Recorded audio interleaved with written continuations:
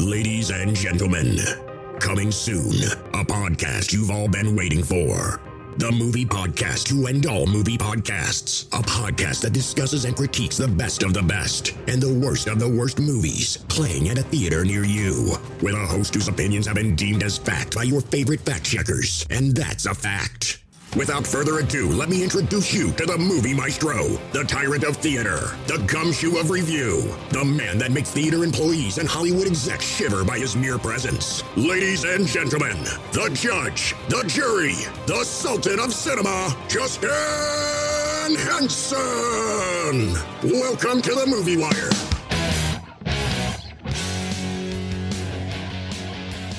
Welcome to this week's edition of The Movie Wire. I'm your host, Justin Henson, and welcome to the show. We have a big, fantastic show this week with 4 brand new reviews, 3 now in theaters, and 1 now available to stream. This week on the show, Death Comes for Everyone in the Agatha Christie adaptation of A Haunting in Venice. After 8 years, our lovable Greek family is back in My Big Fat Greek Wedding 3. Based on a true story from farm worker to astronaut is the Amazon original movie A Million Miles Away. And finally, a teen on the run from 2 big city goons hides in a church summer camp in Camp Hideout. We have a big show to cover this week, so let's jump right into it. Ready for my verdict? Let's get into it.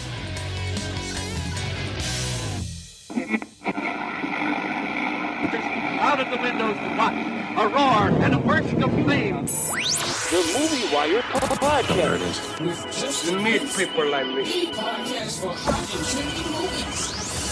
The Wire. And here we go. After traveling to Greece for a family reunion, a woman attempts to locate her deceased father's childhood friends in My Big Fat Greek Wedding 3. A lot has happened since my big fat Greek wedding. Like I never left. My father passed away, and his last wish was for us to visit his childhood village and reconnect with our roots. So, we're having a reunion. We're going to Greece. Oh, yeah. 1, 2, 3, 4. And by we, I mean the whole family. Who wants souvlaki? Paging souvlaki. Anybody by the name of souvlaki on this flight? Aristotle, what? I didn't know you were going to be here. What are you doing here? They had an amazing date. She ghosted him. You are the Portocalos family. We are related through your papa's papa, who was married to my great Yaya's sister-in-law. I'm Aunt Bula. I will be your favorite. I promised my dad I would find his best friends. I know them. Do they still live here? No. How do we find them? They will come for the reunion. Did they tell you they're coming? No. There's no other bedrooms. Family sleepover. This is one reunion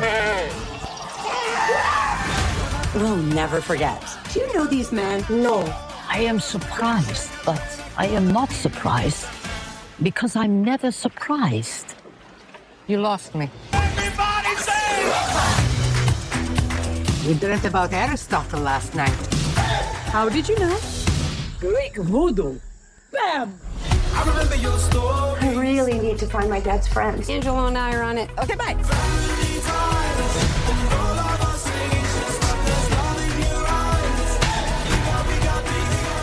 Let's do it! I'm calling it. You got us back to Greece. You're the head of the family now. I can't really day drink like this. Don't worry, a lady is never drunk. Pick the one we have for dinner. Oh, thank you. I'm a vegetarian. No. We got these Was this movie necessary? No. Did this movie prove otherwise that it needed to be made?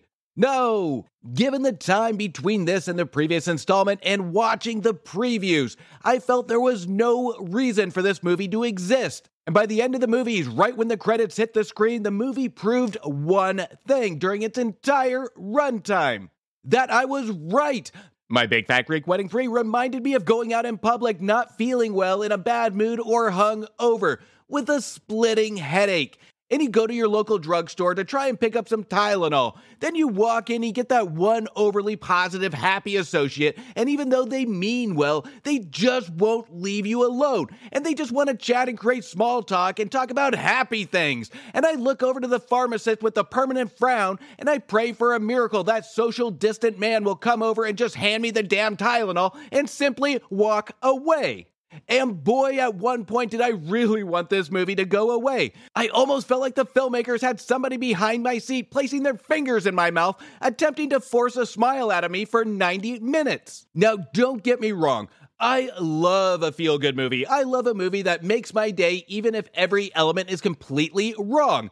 If I leave a movie feeling good, I consider that a win and a good investment of time. But My Big Fat Greek Wedding 3 is the worst attempt to make a feel-good movie surrounding death, and has no idea what it wants to be and no idea where it wants to go. During the entire runtime, I felt like a bunch of actors and actresses between the ages of 50 and 80 were just on screen trying to do improv. But with all due respect, I can tell this was a personal project for Nia Vardalos, who plays again our main character Tula, but who also is a writer, one of the executive producers, and even takes a director's helm in this third installment. She clearly had a vision of wanting to have a good time with this movie along with her previous cast members, and to its credit, the entire cast does look like they are having a great time here, which is one of the better parts of the movie. My Big Fat Greek Wedding 3 brings back John Corbett as Ian, Tula's husband, Elena Kaporis as daughter Paris, and Tula's brother Nick, played by Louis Mandylor. And if I really had to name the entire cast of the family in this review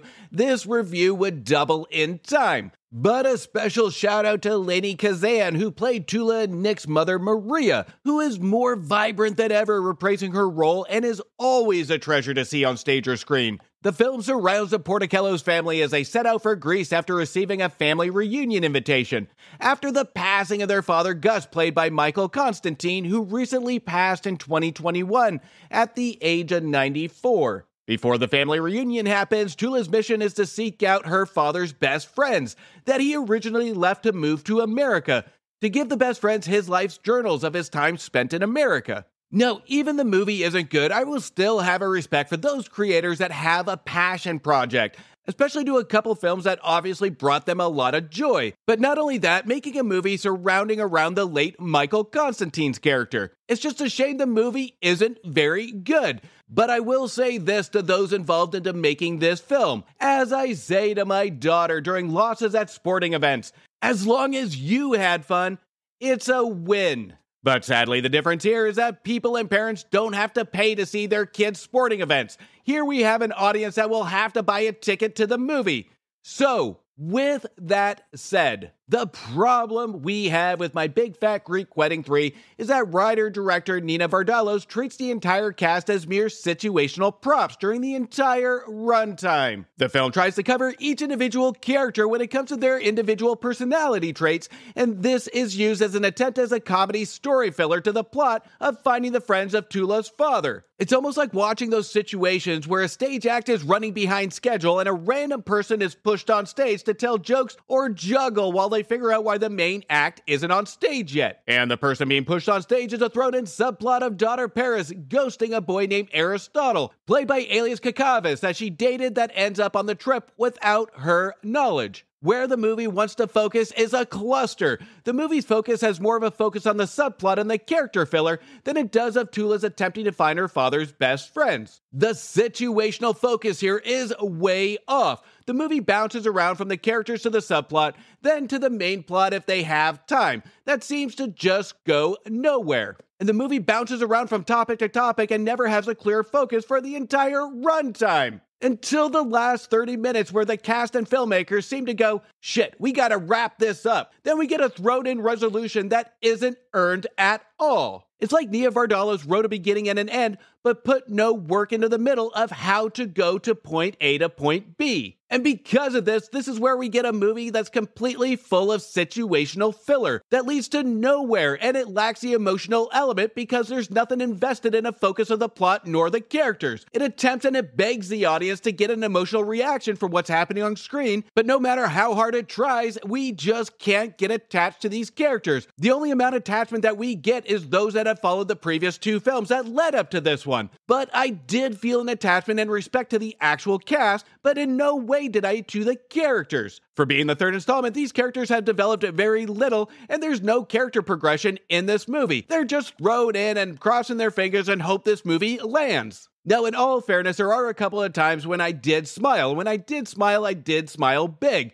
But then we have the rest of the movie that tries way too hard to be too overly cute, to the point some may have a sweet tooth sugar high, but then we go into a sugar crash, eventually waiting for the filmmakers to figure it out and take us on the next attempt to make us smile. It's almost like an annoying photographer squeaking a toy telling us to smile for the camera. Now look, My Big Fat Greek Wedding 3... It's innocent, it's sweet, and it attempts to be just an overly happy movie to put on during a rainy day you're feeling down. But this is only due to the passion we can feel from Nia Vardalos wanting this movie to work. But the story is generic, it's confused, the character progression is bad, it's unorganized. And I feel if I hear the saying, number one, only the best, one more time from a character, I'm gonna curl up in a ball in the corner and cry myself to sleep. My dad believed any ailment, from psoriasis to poison ivy, could be cured with Windex. Somebody should have told the filmmakers to spray some Windex on this film. I'm giving My Big Fat Greek Wedding 3 1.5 stars.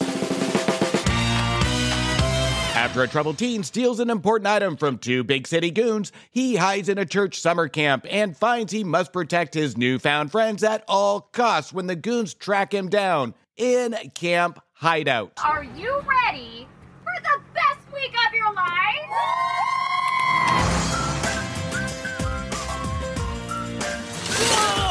That was everybody's first full day of camp. This whole thing isn't really my scene. I'm Becky with a B. I'm Noah with a no. Oh, okay. You are in with the aardvarks. We used to have a bit of a bladder control problem. Anyway. A child prodigy who is described by his computer teacher as potentially problematic. I'm Mallory, since you asked. Somebody's got a crush. I do not have a crush. He's had a lot to overcome in his life. Stop that kid! That little punk! You know what the judge said after your last arrest. Last chance, blah, blah, blah, whatever. That juvenile delinquent has been nothing but trouble since he got here. The dust-up at the climbing wall. Knock it off. Sneaking in contraband. You stole a magical video game from a bunch of gangsters? We're going to that camp, and we're gonna get what's ours. When I get my hands on that kid... You don't think some people are beyond help? What are you guys doing here? We're all here for you. When we hear... Does everyone remember what to do? And if you trust and rely on your friends, you might just find it'll change your whole life. Hey, turkeys! I'm up here.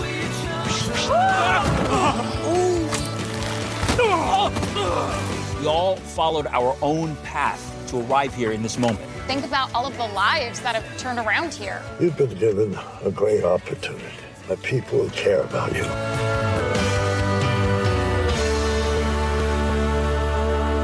I got him, Charlie! You know, there has never been a moment in my life where I asked myself, I wonder what a Christian version of Home Alone would look like. But yet, here it is. But before I get ahead of myself, for some of us that were around for the original Home Alone from the 90s, what would follow would be a bunch of dumbed-down series of goofy, slapstick family comedies for the continuation of a decade that followed the first Home Alone, the second, and the third. Movies such as Surf Ninjas, Bushwhacked, Heavyweights, Baby's Day Out, Camp Nowhere, Blank Check, Baby Geniuses, Getting Even with Dad, Dennis the Menace, 1993's Remote, etc., etc. And if we look now, we don't get movies like that anymore. And I have to admit, I'm actually a little bit sad about that. These movies, as I rewatch as an adult, most are not great movies, but they are very fun movies, especially for kids. But there is also enough there for adults to be entertained. And I will admit, even though these aren't great movies, I actually do miss these type of movies. They are great family rainy day movies that when they were made, they know they're not going for a masterpiece and their sole purpose was to entertain families. And they know the audience they were going for and the type of entertainment they were shooting for. With all the movies I just listed, I can't even tell you how many times I've rewatched these movies from kid to adult. And even to now, just the other day I put on Surf Ninjas and I questioned myself how I even liked this movie as a kid. But after the 100th time of watching Ernie Reyes Jr. and Rob Schneider close the movie out with their version of Barbara Ann, my adult mind is telling me how dumb it is, but my inner child is telling me how really awesome this movie is. And as I was walking out of Camp Hideout, I was conflicted because just like Surf Ninjas, I was walking out shaking my head, but I was smiling.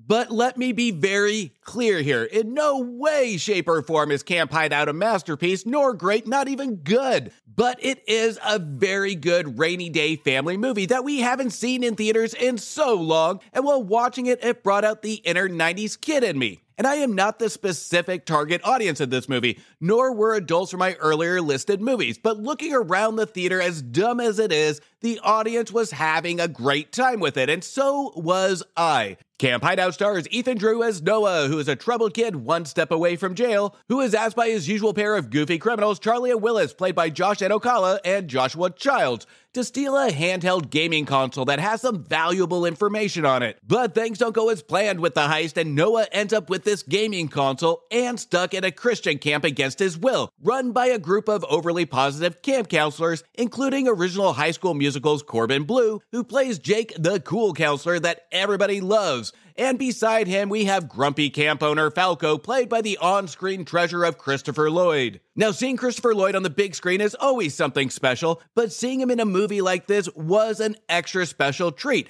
And it was a blast from the past, since we did see him in a couple movies from the 90s, just like this one, such as Camp Nowhere, Baby Geniuses, and Dennis the Menace. And within the first few minutes on the screen, we can predict the real role he's going to play, since we have seen this formula numerous times before. Actually, I take it back. The entire movie is predictable, even when we get to the final 30 minutes where we see the Christian copycat version of the final act of all the Home Alone films. Now let's take nostalgic feels of childhood glee out of the mix for a second. Even if this was our writers Kat Olson, C. Neil Davenport's, and Dave DeBorde's intent to making a film like this, even for this kind of film, we have a lot of sloppy shortcuts when it comes to the screenplay, and when it comes to the earned character likability and plot holes that make us tilt our heads and simply say or ask, wait, what? Why?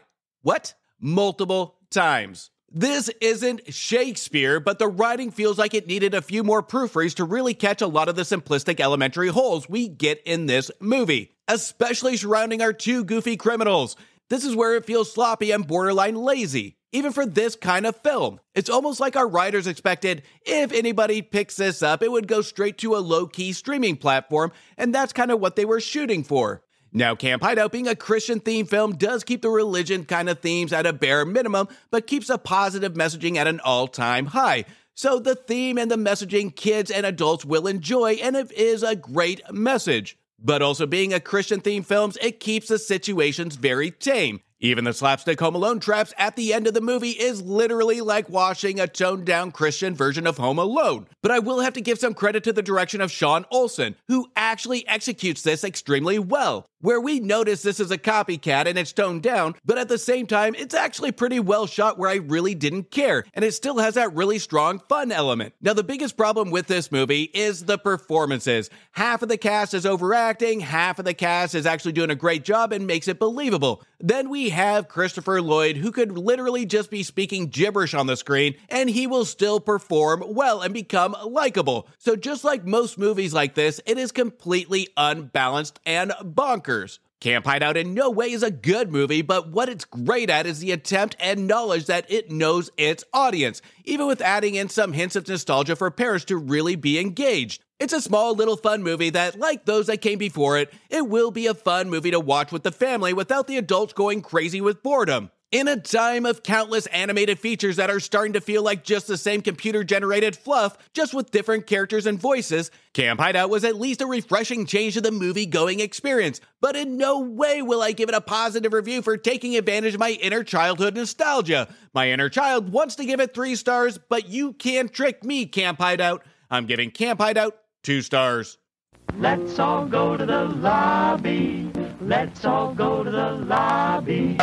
Now, before we get into the rest of the show, make sure you check out my reviews on previous episodes for movies that just became available to rent, buy, or stream now. Now available, Don't Rush, Die Slow in Slaughterhouse, which moved pretty fast to put a smile on my face with 3 stars. She's everything, he's just Ken, and one of the biggest surprises and hits of the year is Barbie, which was more than just Hollywood plastic, receiving 3.5 stars. A group of friends decide to play with a haunted hand with terrifying results in Talk to Me, which was a refreshing, engaging ghost story, receiving 3 stars.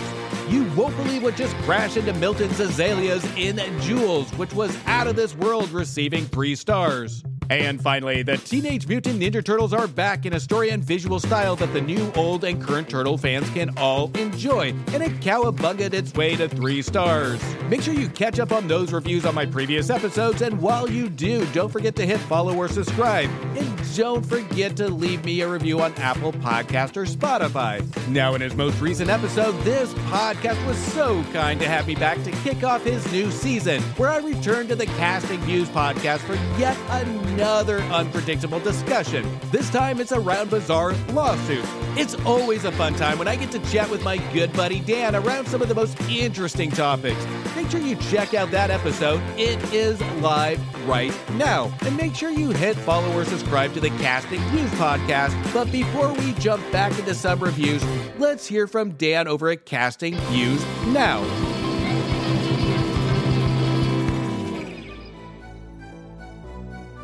Fancy taking a humorous trip down a random topic each week? You do? Well, you're in luck. Casting Views, presented by me, Dan, and a host of guests, bring you just that. With topics from the world of entertainment, science, sport, and everyday life, there's bound to be a topic that's going to inform and amuse. Catch Casting Views every Sunday on all listening platforms now.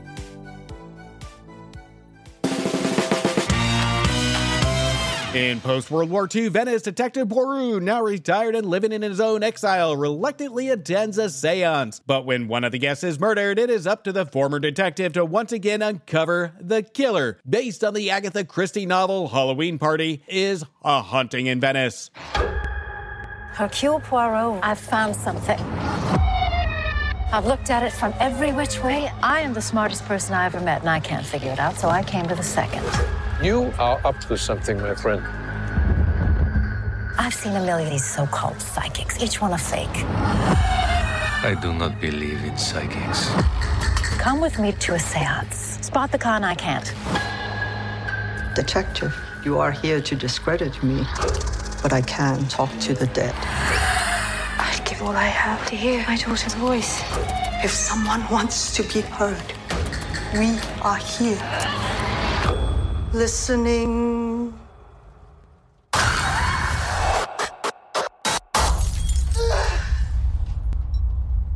Mama? Alicia? What is happening?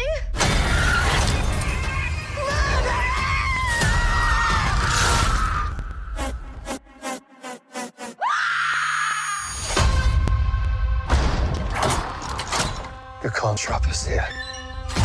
Somebody is dead.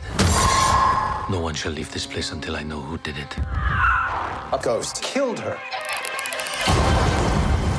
There must be a rational answer for all of this. Just admit that you are up against something bigger than you.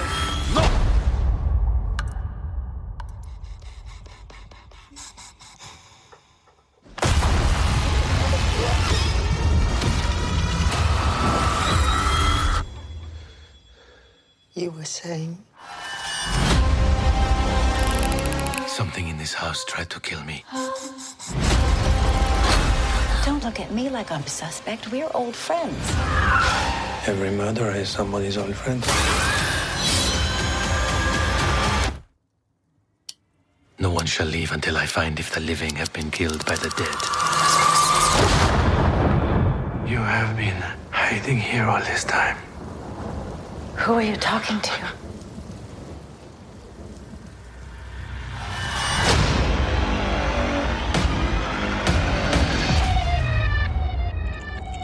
Now, I said it with the Glass Onion films. I love a good whodunit movie. I love a good mystery. Glass Onion brought the fun back into the whodunit genre, but nobody has done it better, or if I should say most memorable, than the legendary author Agatha Christie. Christie is one of my favorite authors who really helped to encourage a taste for reading, and with one of my favorite novels, 10 Little Indians, is what really got me to fall in love with this type of story. But Detective Poirot wasn't part of that novel, but he was part of 33 Agatha Christie novels, which leaves a lot of continued story for movie adaptations of our detective. At least hopefully. And every time I see Kenneth Branagh reprise his role and I see that mystical, magical mustache in one of these movies, A mustache, a mustache, a mustache, big mustache, thick mustache, my mustache, your mustache, say the word mustache. I really can't stop to think I just want somebody to go over there and twist the ends in slow motion, making the A mustache, if you've only got a mustache.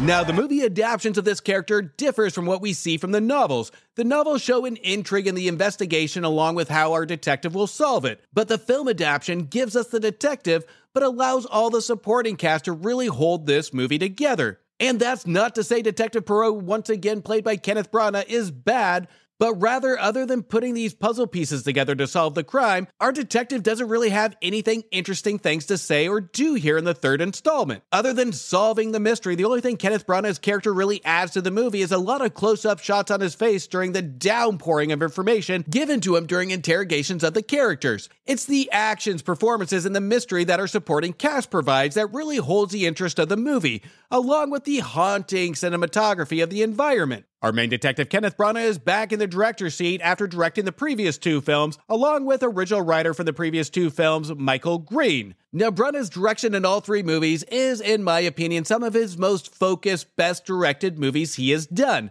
And this is also thanks to returning cinematographer Harris Zambarcalos, who really needed a win after his more recent Meg 2, The Trench, which I am convinced he was just blackmailed to do that film. This trio of talents between Branagh, Green, and Zambarcalos seem to be all in sync with all three of these films. But what really stands out in a negative way in Haunting in Venice is Michael Green's writing that comes across way too overconfident in his adaptation, where he relies and leans way too much on the setting of our haunted house. The dialogue seems way too simplistic and doesn't give the audience enough for a fighting chance to put all the pieces together. And it seems to focus more on the setting than rather give us any substance of mystery for the viewers to really think over. As a viewer, I needed more from the characters than what I got. I needed higher stakes. I needed a better, proper balance between the haunted house and the characters. Now, by the third act, I was able to figure out a lot of the how and the who and the what, and to his credit, Green's writing did have me second-guessing myself a few times. But that was quickly resolved by the over-explaining but yet simplistic cliche dialogue. The one thing for sure in this movie is that there will be a very small amount of viewers that haven't read the original source material that will complete the who, what, why, when, and how of this mystery. The dialogue doesn't really give us enough, and nor does it give us some time to have it really sink in, where even he leans too heavy on the setting versus substance obstacle, where the pacing does seem a little off balance and it doesn't really give us a chance to really take in all the information. It's almost like the entire screenplay was written with the introduction, "It's a dark and stormy night," during the entire runtime. But then the rest of the runtime, we just get an endless amount of ...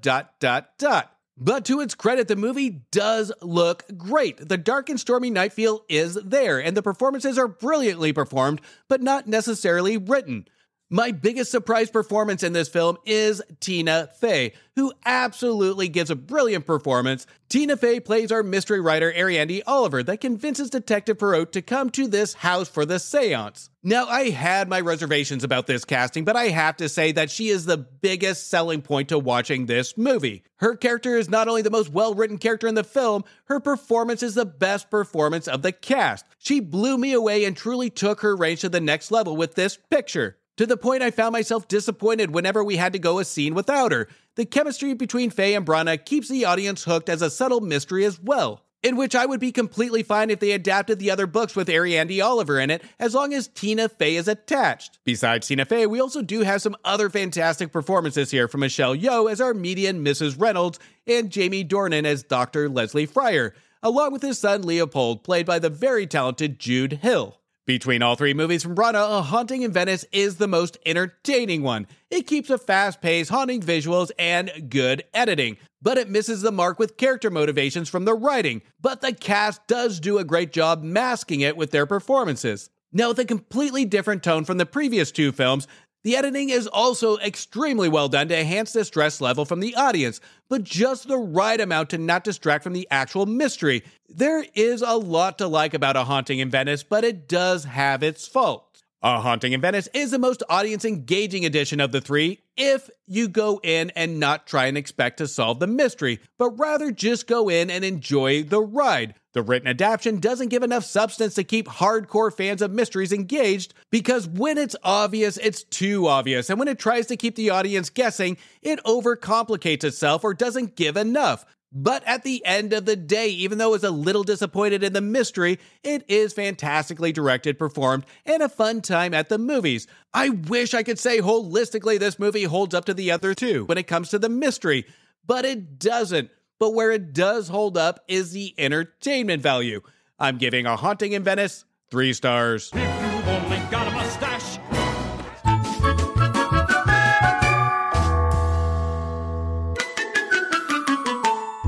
It gets so hard to keep track and even have time to read all the trending topics on the web. Now there's a new app to help with all of those problems. Newsly is an audio app for iOS and Android. It picks up web articles about the most trending topics on the web at any given moment and reads them to you in a natural human voice. For the first time in the history of the internet, the entire web becomes listenable. Browse articles from topics you choose and start playing. You can follow any topic as specific as you like, from sports, science, to Bitcoin. You can even follow Kardashian. It will find you the latest articles and read them to you out loud. And guess what? They have podcasts as well. Explore trending podcasts from over 50 countries. The Movie Wire is now a featured podcast on the Newsly app. Download and use Newsly for free now. The link will be in the description of this episode. You can also use one of my promo codes that you will find in the description as well to get you a 1-month free premium subscription. Stop scrolling, start listening, download Newsly today. A biopic about Jose Hernandez and his path from farm worker to becoming an engineer and then an astronaut. A tale of perseverance, community, and sacrifice to accomplish a seemingly impossible dream. In the Amazon Prime original, A Million Miles Away.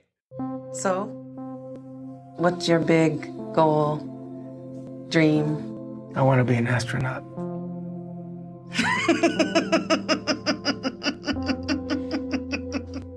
Oh my God. You're serious? Okay. I wanted this for almost 30 years. Ma, ¿para qué sirven las estrellas? Every decision I've made with the space program in mind. Who the hell are you? I'm Jose Hernandez, sir. I'm an engineer. You're the new guy, right? That third floor men's room needs toilet paper. Going to space. It's a stupid dream. Last 10 candidates were chosen from 12,962 applicants. It's never gonna happen. Those people who got into the program, what do they have that you don't? They have skills that I don't have. It's taken them years to get where they are, but there's no guarantee.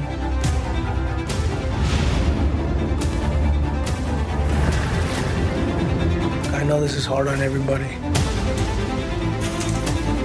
My body hurts, I can't sleep. I know I can make this work.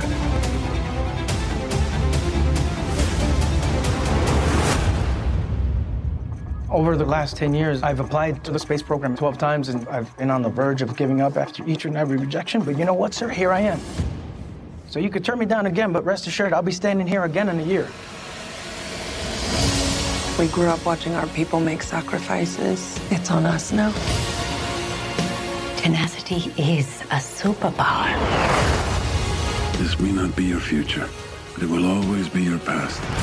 Who better to leave this planet and dive into the unknown than a migrant farm worker? 5, 4, 3,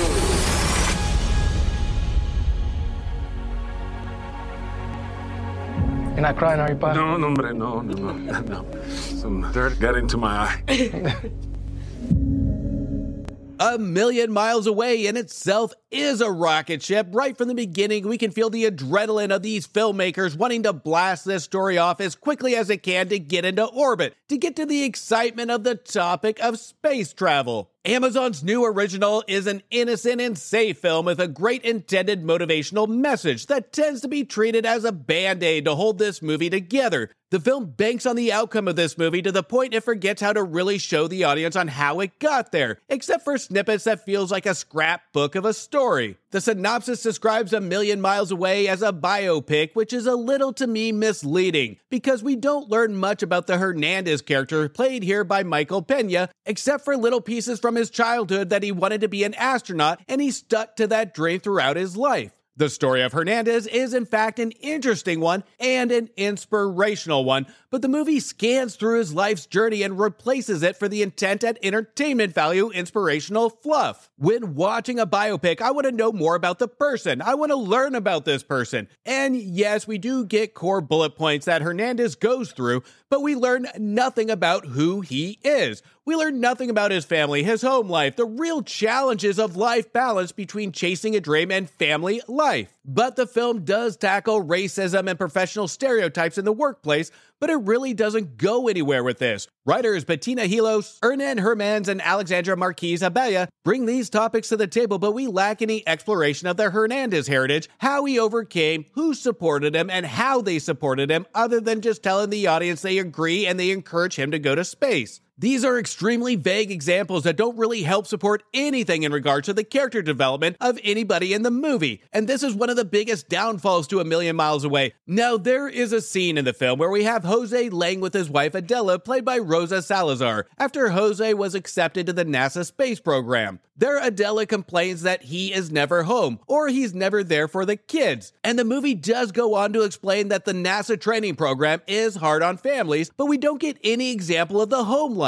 We know we are to assume this is hard on the family because this is what we are told by the NASA space program characters, but the movie doesn't give any examples of this. It doesn't give us any examples of the struggle to balance the dream versus responsibility. We get the encouragement aspect of it, and then when he's accepted, we get the complaints about how hard he's working, but we don't see anything in between. There is no proper balance to this. The filmmakers really lack the judgment that seeing the struggle between the balance of dream versus responsibility concept is just as interesting as seeing a rocket go into space. They underestimate the power of a story to really focus on the human nature, the human desire of hopes, dreams, and the motivation of success, and the mere fact that human motivation drives stories more than a rocket can be launched into space. The outcome of this story is to make the audience feel like it's all worth it.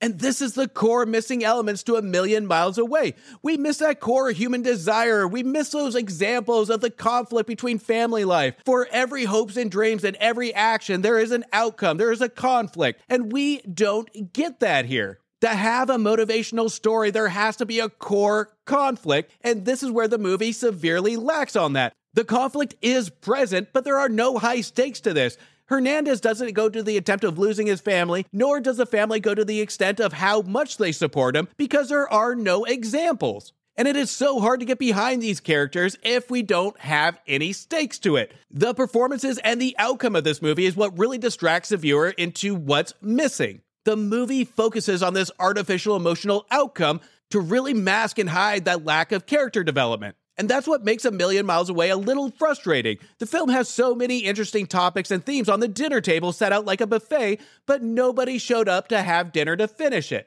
We have hinted themes that follow the American dream, family conflict, racism, and hints at motivation of his childhood dream, but nothing concrete to show examples of what chasing his dream does for his family, or if he's even thinking of the actual impact of his dedication to NASA that would have an impact on his family. We have a lot of potential scenes that the filmmakers really dip their toes in these topics, but there's no follow-through, and it's really hard to be truly invested in the Hernandez character if we have these missing elements. The only thing that holds this character together is Michael Pena's performance. That really does mask a lot of the lacking elements, because he does a fantastic job. But I really do have to give the movie some credit, especially with writer-director Alexandra Marquez Abella, who really keeps an engaging pace from childhood to adult of the Hernandez character, with a laser focus on the chasing of a dream to really connect with the viewer in terms of gaining an emotional reaction. Even though it's artificial, the pacing is there to really keep the interest to see what the outcome's gonna be. As the movie plays along, it's a good, entertaining, engaging watch, but it's not till after the movie that we start to piece together why we're not feeling as good as we should while watching the movie. It's because in retrospect, we don't know a lot about the characters. characters. We just know the situations. And we don't really realize that until we actually reflect on the movie after it's done. And in reflection, even though there's some visible character flaws and emotional pacing flaws,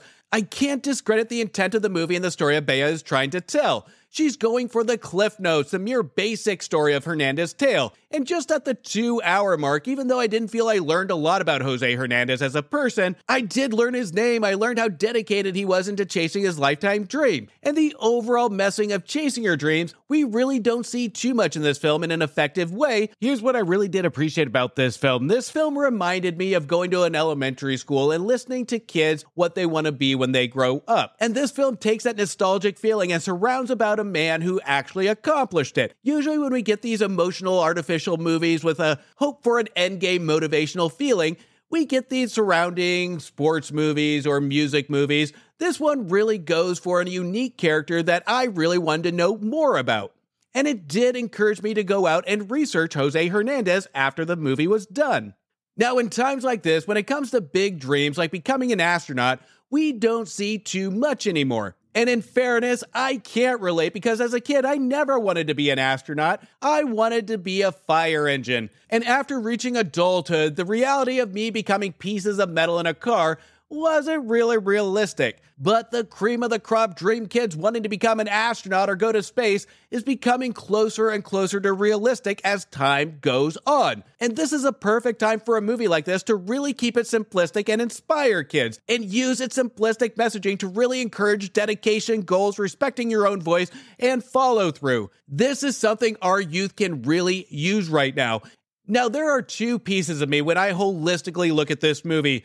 There's the childlike state of me that really looked at this movie as a nostalgic piece of motivational fluff, and then there's the adult side of me that really wanted more from the characters. What I can really respect is the fact that it utilizes a simplistic story to really keep kids engaged and to motivate kids to follow along with Hernandez's story, and to truly inspire kids to really research Hernandez after the film is done, and to keep that dream alive of becoming an astronaut. A dream, an end game, something to set their eyes on. Now, A Million Miles Away is one of those movies that goes for the crowd-pleasing cheer, and yes, at times I may have shed a slight tear or two, especially between the chemistry between NASA astronaut Sturcot, played by Garrett Dillahunt. But again, at the end of the movie, I realized even with the outstanding performances from the entire cast, I was cheering at the idea and the intent, but not the storytelling or by knowing each of the characters in depth. A Million Miles Away's efforts in storytelling is an innocent and admirable one, but it's so focused on the entertainment value of space that it doesn't really deep dive into any characters we want to root for, but rather the idea of the character is what we are truly rooting for. If you do see this movie, I recommend researching the whole story of Jose Hernandez to show respect to the entire person that did some very incredible things. I'm giving A Million Miles Away 2.5 stars. And that's a cut on this week's edition of The Movie Wire. I want to thank you for listening and thank you for your support. You can also show support by following me on Instagram, Facebook, Letterboxd, and X at Movie Wire Show. Until next week, do me a favor, make sure you stay for after the credits to show the respect to those that put their blood, sweat, and tears into making a feature film, and support your local movie theaters.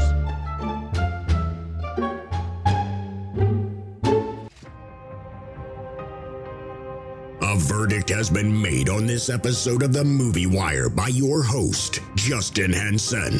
He thanks you for listening to the show.